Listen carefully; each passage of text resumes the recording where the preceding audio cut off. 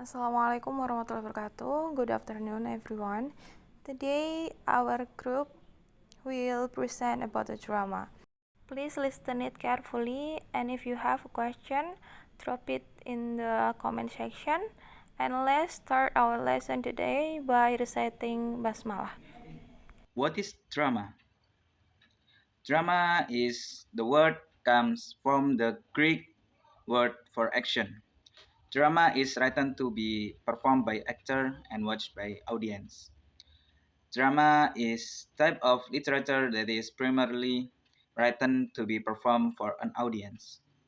When reading a play, it is important to keep certain features of drama in mind.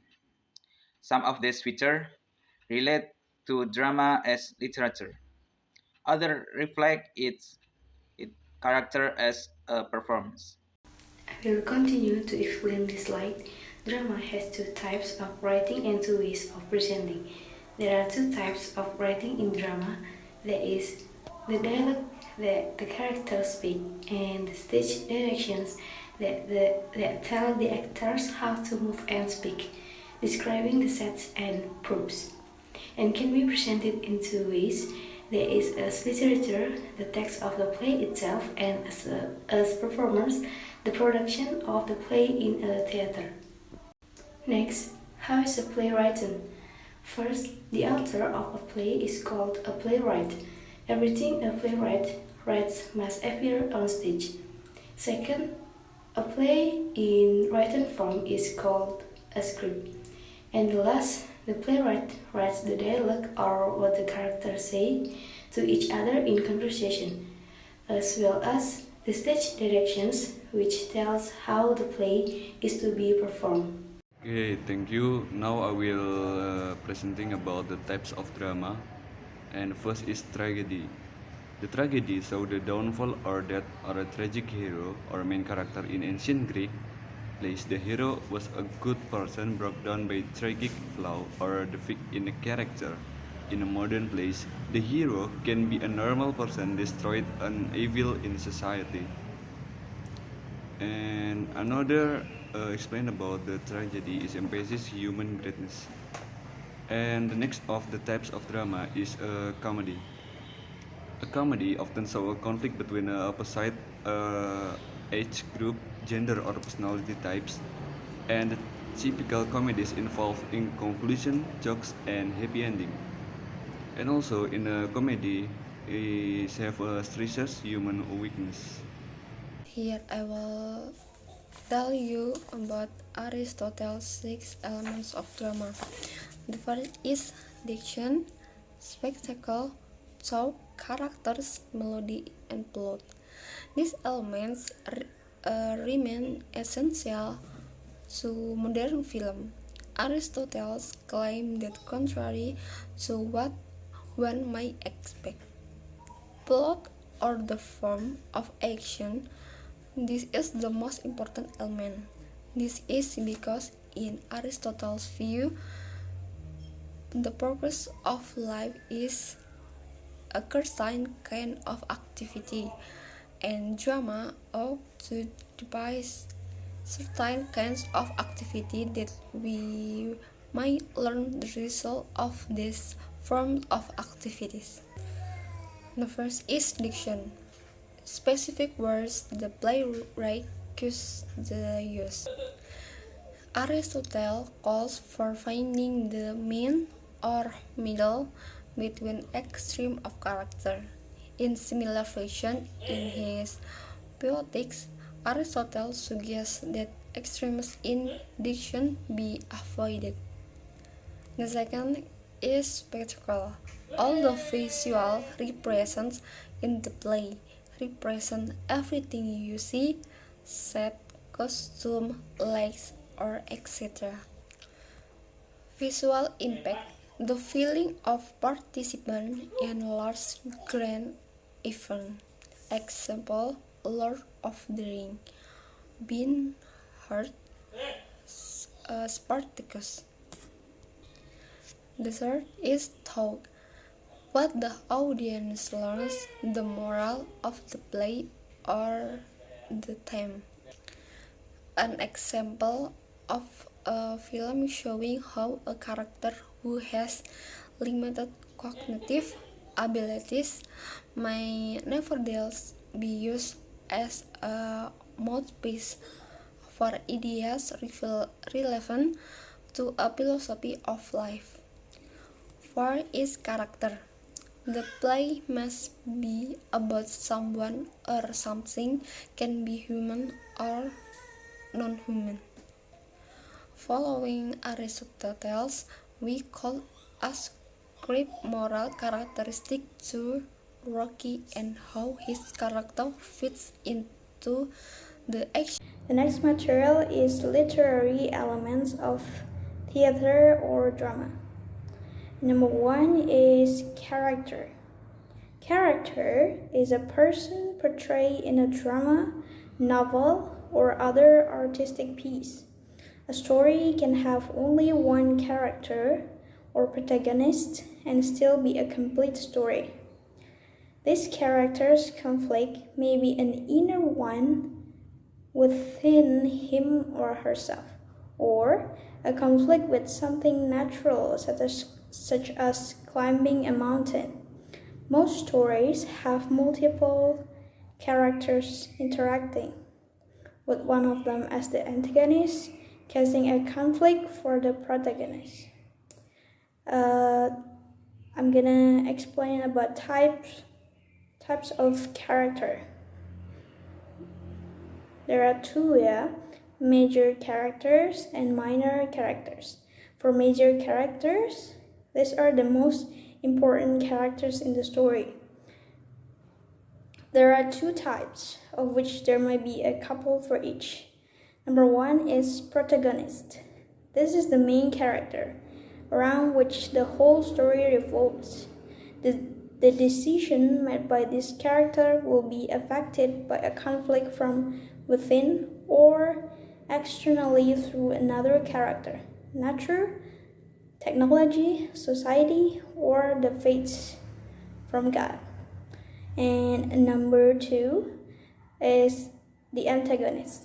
This character or group of characters causes the conflict for the protagonist. However, the antagonist could be the protagonist who is torn by a problem within. Most times, sometimes external is causing the problem. A group of people causing the conflict will be considered society, perhaps the member of a team, community, or institution. So now we're going to talk about minor characters.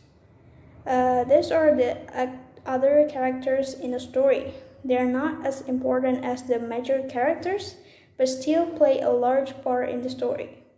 Their actions help drive the story forward. They may impact the decisions the protagonist or antagonist make, either helping or interfering with the conflict. Characters can have different traits. Major characters will usually be more dynamic, changing and growing through the story, while minor characters may be more static. The first minor character is foil.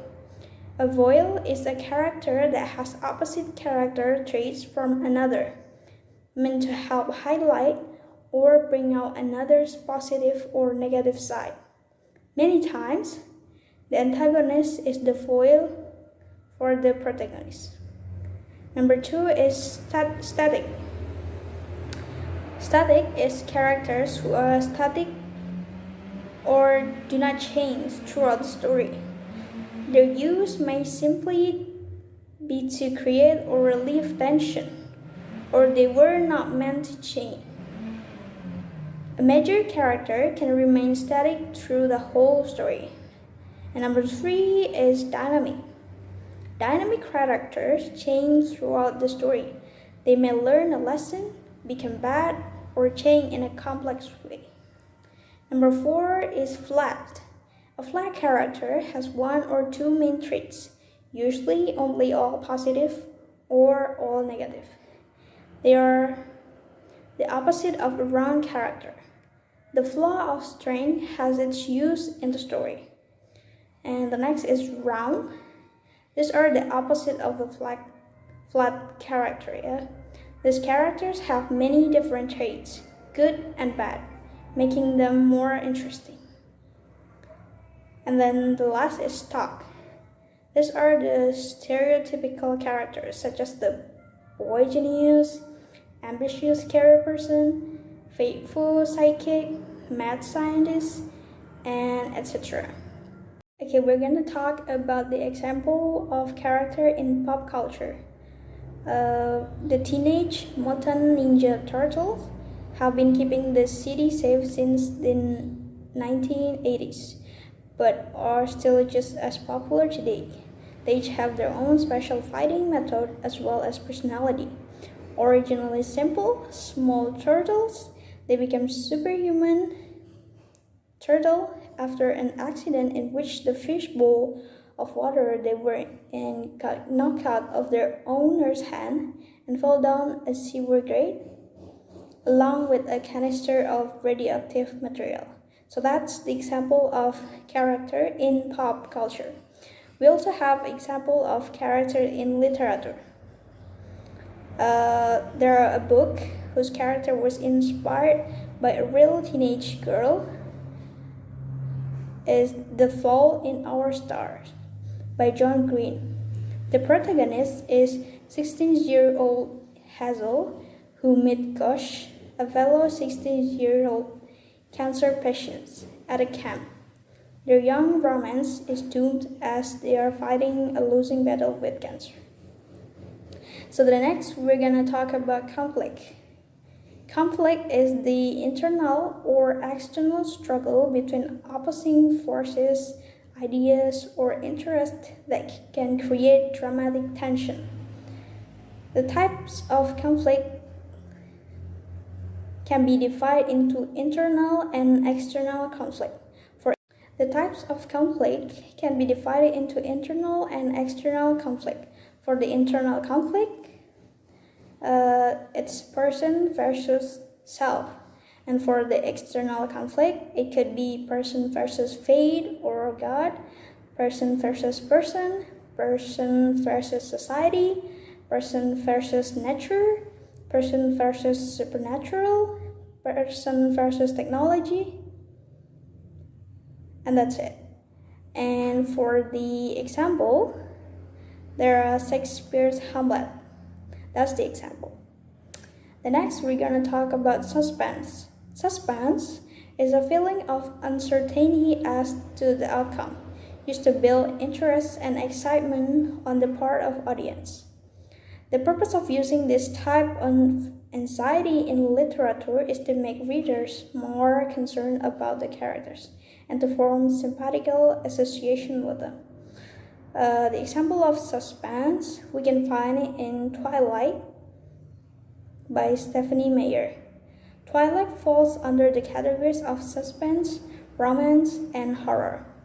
Bella falls in love with a mysterious and handsome boy, Edward Cullen. She learns that Edward is a vampire who, unlike other vampires, does not drink human blood but that of animal. It is an exquisite fantasy and suspense story in which readers discover this two-star-crossed lover. Edward has a difficult time controlling the bloodlust Bella arouses in him because, after all, he is a vampire. At any time, Edward's blood hunger could drive him to kill Bella. This leaves him in a constant state of anxiety over the danger, while a sadistic vampire, James, draws toward Bella, hunting her down. Edward and his other family members defend her. Looking for protection, Bella leaves for Phoenix, Arizona, but James tricks her and tries to murder her. Through Edward saves her, Bella is wounded. That's the example of suspense. And the last is theme. Theme is the basic idea of a play. It's the idea, point of view, or perceptions that blends together a work of art. The theme is the philosophy that forms the base of the story or a moral lesson that the characters learn. It is the message that the play gives to the audience. For example, the play Romeo and Juliet is based on a brutal and overpowering romantic love between Romeo and Juliet that forced them to go to extremes, finally leading them to self-destruction. So that's for my explanation. The next material will be presented by my friend. Thank you. Okay, the next is technical element of drama, or a technical element supporting a drama. There are 6. The first one is act. Act is a major division in a play. Next, scene. A real or fictional episode, a division of an art in a play. Next one is lighting. The arrangement of light to achieve particular effect in order to help create mood and tone in a play. The fourth is sound. The effect an audience hear during a performance to communicate character, contents, and environment. Next is set design. Everything on the stage, including furniture on props and environment in which the action of a play occurs. And the last one is costume. The clothing worn by the actor who play the character. Oftentimes, this help to establish characterization, mood, and a tone. The division of a play in the drama. Number one is a play is largely divided up into a part or act. The number of acts in a production can range from 1 to 5, depending on how a writer structure the outline of the story. The length of time for an act to be performed can range from the 13 to 19 minutes. And the two act may be further divided into scene. In classical theater, each regrouping between interests and excites of an actor is a scene, while today is described a quick change of setting. And the next explanation will be delivered by our group member. Thank you. Okay, now we going to technical element of theater or drama in performance. There are 7 points in technical element of theater drama in performance. The first point is acting. Acting is use of face, body, and voice to portray character. And second, character motivation. The reason or reasons for a character's behavior, an incentive or inducement for further action for a character. And the third is empathy. Empathy is the ability to relate to feeling of another. So the next is birth control atau mengatur nafas. Proper use of the lung and diaphragm muscle for maximum capacity and efficiency of breath for speaking. So next inflection. Inflection is change in pitch or loudness the voice. Jadi inflection ini perubahan suara yang mana dari tinggi rendahnya suara itu ketika berbicara. So the next projection. Projection is how well the voice carries to the audience. Bagaimana cara suara itu dibawakan atau disampaikan. Kemudian facial expression. Physical and vocal aspect used by an actor face to convey mood, feeling, or personality. Atau biasa yang kita sebut dengan bagaimana si aktor ini atau pemeran dalam mengekspresikan apa yang dia bicarakan, dari moodnya atau feelingnya atau personality-nya. Okay, that's all from us. Let's end our lesson today by reciting hamdalah together. And thanks for your nice attention. Wassalamualaikum warahmatullahi wabarakatuh.